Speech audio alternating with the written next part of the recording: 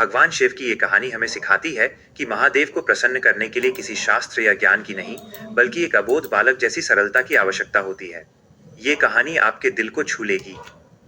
कहानी। जब महादेव ने स्वीकार किया कांच के टुकड़ों का श्रृंगार। एक नगर में बहुत ही सुंदर शिव मंदिर था।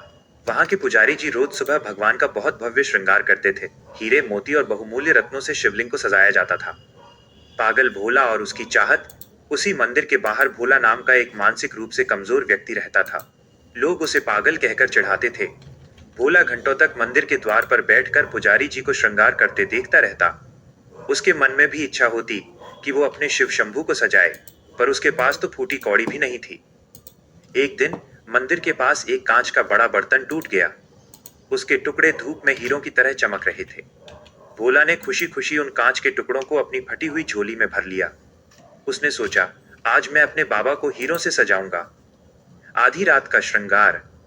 जब रात को मंदिर के कपाट बंद हो गए और सब सो गए, तो भोला चुपके से दीवार फांदकर गर्भगृह में पहुंचा।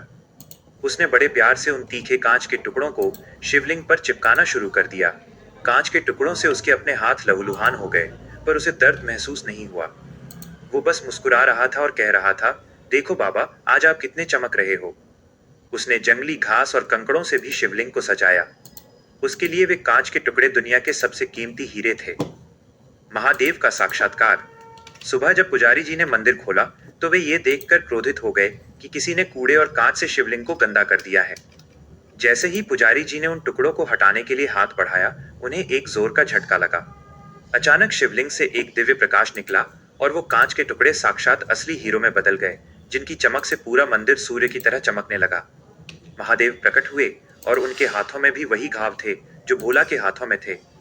शिव जी बोले, पुजारी, तूने मुझे गहनों से सजाया ताकि दुनिया तेरी प्रशंसा करे, पर इस पागल ने मुझे अपने खून और अटूट विश्वास से सजाया है। इसके कांच के टुकड़े मुझे तुम्हारे हीरो से कहीं अधिक प्रिय हैं, क्योंकि इनमें स्वार्थ नहीं, समर्पण है। इस कहानी की सीख। दुनिया जिसे पागल